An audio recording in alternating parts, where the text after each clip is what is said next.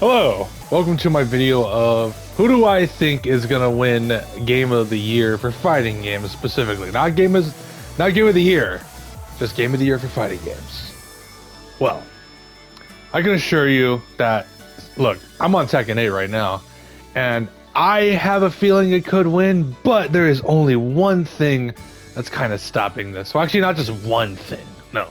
No, a multiple of ladders that could affect this game to possibly even be Game of the Year. Even though, granted, the games following, that is not just Tekken 8, there's Sparking Zero, there's Multiverses for some reason, there is the Marvel vs. Capcom collection going on.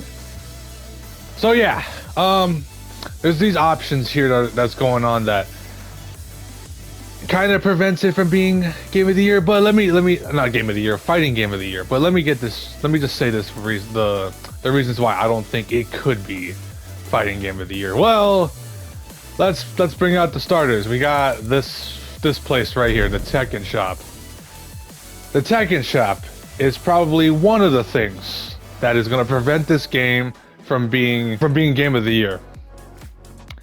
And you guys are probably thinking, who are probably new and probably just recently picked up this game, Tekken 8 recently, and are probably scratching your guys' head. Why are you saying that, Blanco?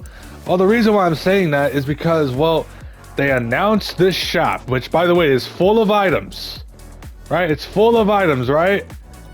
Just a month later after release, right? Don't get me wrong, some of the items are cool.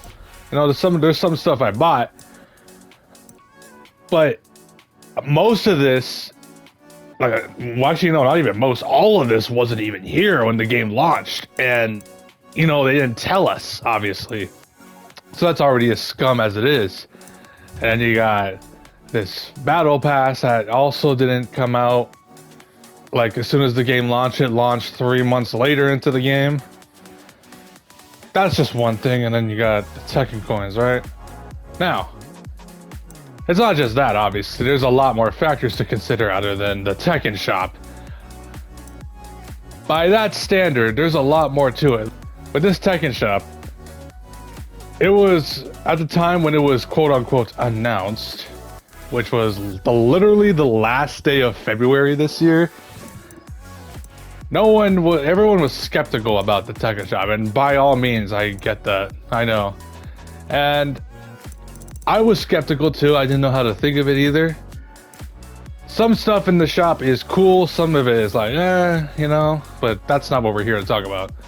It was just the way it was presented, you know. If it came with the game, I'm gonna be honest. If it came with the game would have not gotten so many good reviews. I'm just letting you guys know that. That's pretty much how it kind of works. Now, that's one thing. That's just one factor to consider. Now, what is another factor? Well, if I were to go here real quick, I think it's still here. Yep, there it is. This right here, this Kamaji Temple stage, right? This stage was under controversy, and the reason why is because you had to pay $5 of real money. You couldn't just, you know, go to the Tekken Shop, right? You couldn't go there. You couldn't just go here, right? And just get like a $5 Tekken coin you know, sample here. You couldn't just grab this. No, you can't. You have to actually pay it with full-on money, like separately. It's separate from Tekken coins. That's pretty much that situation. And it wasn't just that either. It wasn't also just that. There was also another controversy that there was a situation at Tiger Uppercut XCC. I have said the name quite a few times already in these types of videos, that XCC was, you know, banned or something from Tiger Uppercut or from the Tekken World Tour, all for being Chinese, and that's really bad. And the game got review bombed. I know I'm going very into detail about all this, but this is like one of the reasons why I'm explaining why this game is probably not going to win Game of the Year. No, don't get me wrong, it's a good fighting game. It really is. All right, I'm not saying it's a bad game. It's not. And obviously, you know, there's some balancing issues, but you know, that can be said about any game at this point. But what I'm trying to say here is this game has a lot of issues. It's for those reasons I've been saying, got review bombed like twice. So that could potentially, you know, fuck it up for winning not game of the year, but just fighting game of the year. All right, it's obviously not game of the year as a whole, but it's just, we're just concerned about the fighting game award. Those are the main reasons why I'm saying for Tekken 8. I'm not gonna go too much into this. I'm gonna go to Sparking Zero right the hell now. And trust me, it has been, I haven't played that game in like a month, to be exact, a month. So it's been a while. So I'll explain it as best as I can. I haven't really, you know, played it so much, but you know, I'll do my best here. I think this game, I feel like it's probably not gonna get Game of the Year in my opinion. Well, don't get me wrong, it's still fairly fresh, and it's definitely has got some big numbers, especially back on launch. But with the many complaints I hear about this game, I'm not too sure. It's still fairly fresh, so anything is possible. It really just depends, but I have no clue, to be honest. But this game have similar issues with how Tekken 8 is also handling. So I don't know, to be honest. I haven't played this game in a long time, really. I know it has way too many defensive options, and like, I don't know anymore, guys. Sparking Zero, it definitely catch the essence. But now, after a while, it's basically the honeymoon phase is gone with this game at this point. It's only been a month and a half too. Now, obviously, I haven't been looking into this game as the way I've been with Tekken, but I do know for sure that it has its fucking issues. The lobby systems, the rank matches, the Gogeta, what's it called? Super Saiyan 4 Gogeta, Vegito, UI Goku, all that. I know that a little bit too well. And then with the DP system, etc., etc., etc. Hey, how come Vegeta's not here? So, I don't know anymore, guys. This game, look, it was fun. I enjoyed playing it for the first few days. I tried to play it a little bit, and then I don't know, man. I just couldn't really play it too long, and also I just didn't like how it turned out to be right now. I've only had 31 hours on the game, 31 hours, and just the little time I played with it. That's not much, to be honest. So with my words, I wouldn't really take my words seriously about this game, but obviously with what I just said about all the other situations going on with it, you know, it's obviously not to scoff at. But anyway, that's one of the reasons why I'm thinking it's probably not going to be, you know, winning fighting game of the year. But anything is possible, really. Now, what can I say about this one right here? Well, the MVC collection is definitely a game, or a series of games, that have been around for 20 plus years. Now, they are on the running candidates of being best fighting game of the year, but really, wouldn't that just make it as MVC2? Because this is kind of the selling point of the reason why people are going to buy this collection. So really, it's just MVC2. You know, honestly, it comes to the question, look, Marvel vs. Capcom is iconic. There's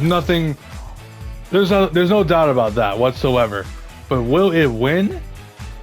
I mean, the community for this game is not really there. It's mainly, obviously, just people that played these games back in the day. You got your Wazzlers, you got your Yipes. You know, you got those two, right? Those legends. They're mainly commentators now, but you get my point. Honestly, I don't know, man. I want to say yes because it's Marvel vs. Capcom, but you know, I also gotta admit, if we're gonna count this as a fighting game of the year, then obviously this game has been out for only since September. The same thing can be said about Sparking Zero. It just really depends. And Multiverses, I don't really have much intuition about Multiverses, to be honest. I don't really play it. I only tried it a couple times, not really have much experience with it. Yeah, so honestly, the way I see it is, this game is, well, these series of games are really nice. They're really nice to play. But it's like, I don't know, man. I don't know. I don't want to say Tekken 8 either, but I feel like Tekken 8 would win though, to be honest, despite everything. But to end this video off, it doesn't really matter what wins fighting game of the year. No matter what, we'll still love fighting games at the end of the day. And Granblue, I almost forgot about Granblue. I almost forgot about Granblue too, but I also don't have much intuition about that game. But I know it's like really good though. That I do know, but I haven't really fully played it, so I can't really say much about it. But yeah, that's about it for the video. I hope you guys enjoyed. No matter what wins fighting game of the year, we're still gonna play our fighting games no matter what. And I hope, you know, we come to join up and actually just have fun with them. You know what I mean? But anyway, that's about it. I don't really have much else to say after that now about all these fighting game contenders for the fighting game of the year.